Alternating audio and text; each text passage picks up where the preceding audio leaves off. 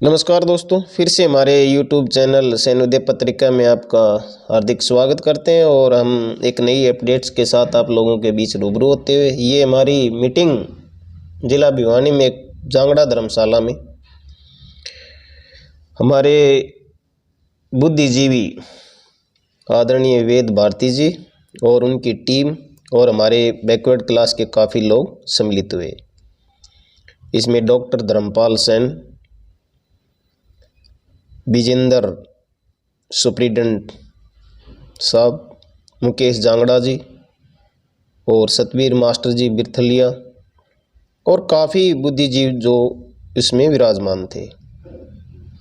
मैं सभी का नाम तो नहीं ले सकता और आइए हम सुनते हैं उनके विचारों को, देखते हैं तो थोड़ा सा अमल करना चाहिए। मैं इनके पीछे हमारे सभी भाइयों से हाथ जोड़ के रिक्वेस्ट है कि इस प्रकार की मीटिंग में भाग लेना चाहिए और जब तक हम हमारे इन बैकवर्ड क्लास के जो तथ्य हैं उनके बारे में नहीं जानेंगे तो समाज में जागृति असंभव है। आइए सुनते हैं वेद प्रकाश भारती के विचारों को।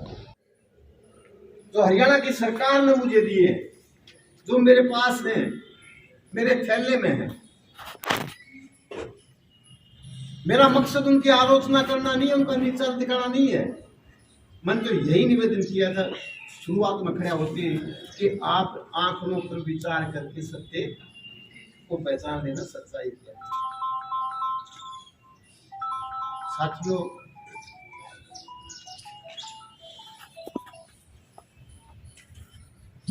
भजनलाल और तीनों बैकवर्ड के लोगों ने जो कुछ पिछड़ा वर्ग ए के लोगों के साथ किया, उससे शिक्षा ली, उससे शिक्षा ली।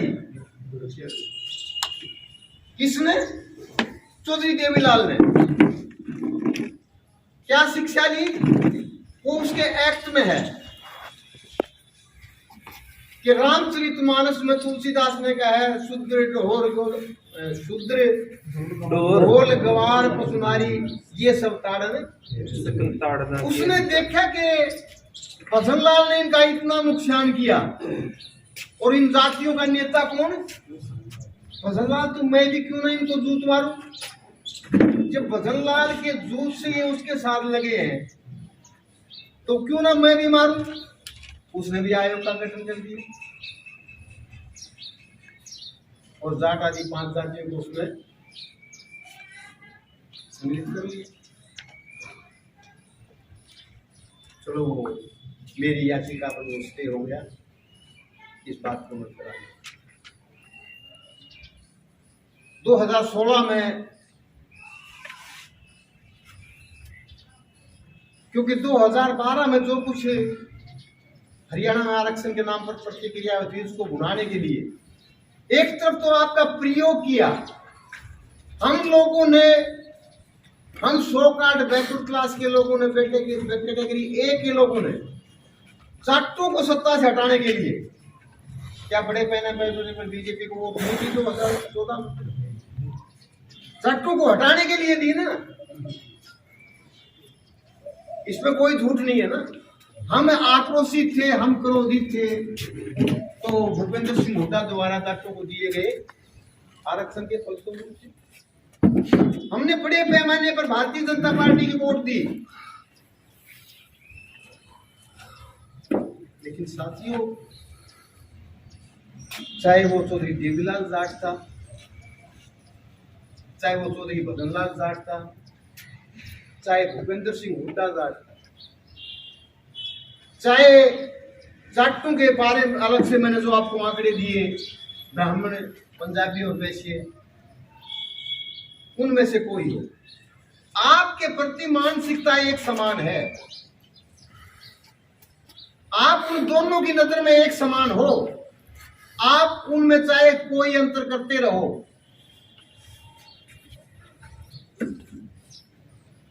बहुजन समाज पार्टी के संस्थापक काशीराम ने बहुत पहले भारतीय राजनीति में 2 शब्द प्रयोग किए। जब 2 दुश्मन सामने हो, वही जाटों ने किया, उससे भी ज्यादा मजबूती के साथ क्योंकि देवीलाल ने जो नोटिफिकेशन दिया था, आप पढ़े लिखे साथी हैं मेरे सामने, एक नोटिफिकेशन में और एक एक्ट में अंतर होता है।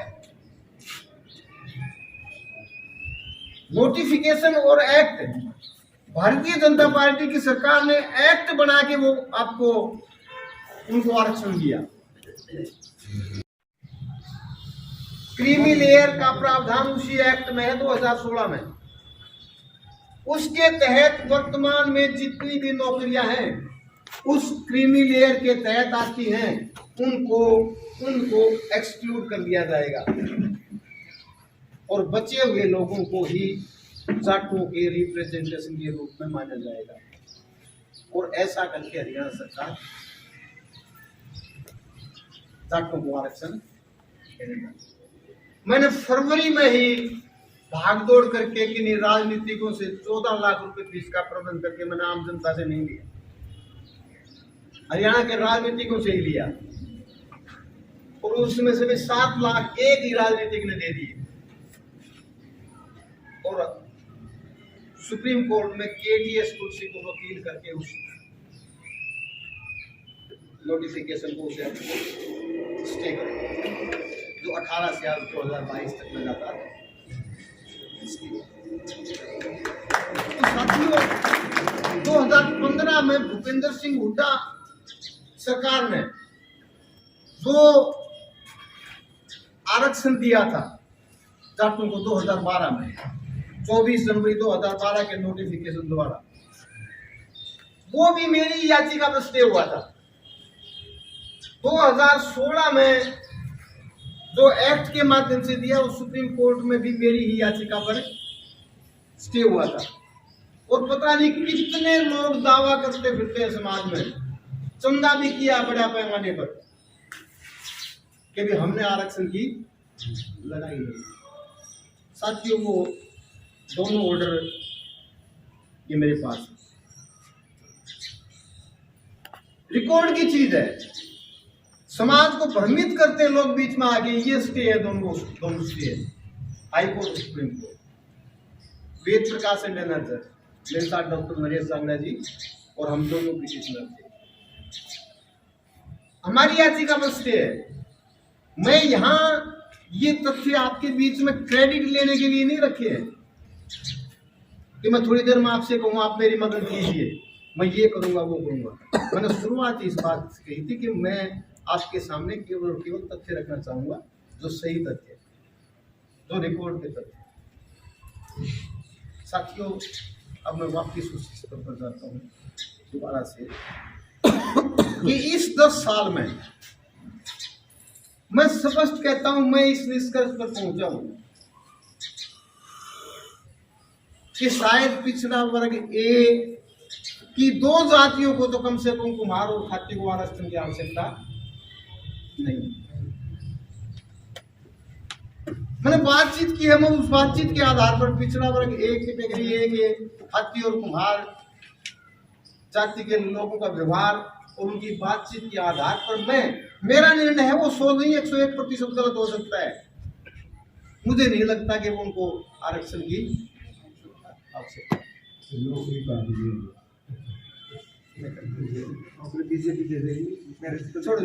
Which caste or class is socially and educationally bad?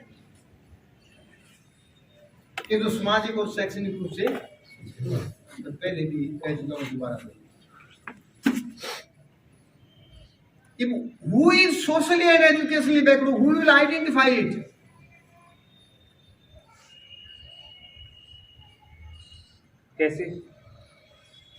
कैसे कौन आइडेंटिफाई करेगा इसको? माननीय सर्वोच्च न्यायालय की 9 जजों की बेंच, जो आरक्षण के मामले में आज तक भारत के इतिहास की सबसे बड़ी बेंच रही है, और ऑल ओवर केसेस की हम देखें तो तीसरी सबसे बड़ी बेंच रही है भारतीय जुडिशरी के इतिहास में। 9 जजों की बेंच ने जब मंडल आयोग की रिपोर्ट को इंदिरा साहनी द्वारा माननीय सर्वोच्च न्यायालय में चुनौती दी गई, तो उस पर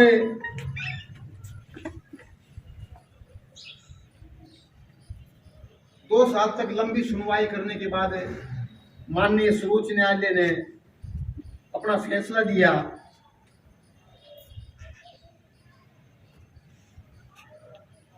कि भाई इनको आरक्षण देना कॉन्स्टिट्यूशनल है, संवैधानिक है। और वहां उन्होंने इंटरप्रेट किया कि who is socially and educationally backward, कि सामाजिक और शैक्षणिक रूप से पिछड़ा हुआ कौन है। वहां उन्होंने एक शब्द, ये पूरा का पूरा ये जो जजमेंट है, ये जजमेंट 772 पेज का है, ये वो जजमेंट है। इसमें हर सामाजिक पहलू पर इस समाज के 3000 साल के इतिहास को भी डिस्कस किया गया।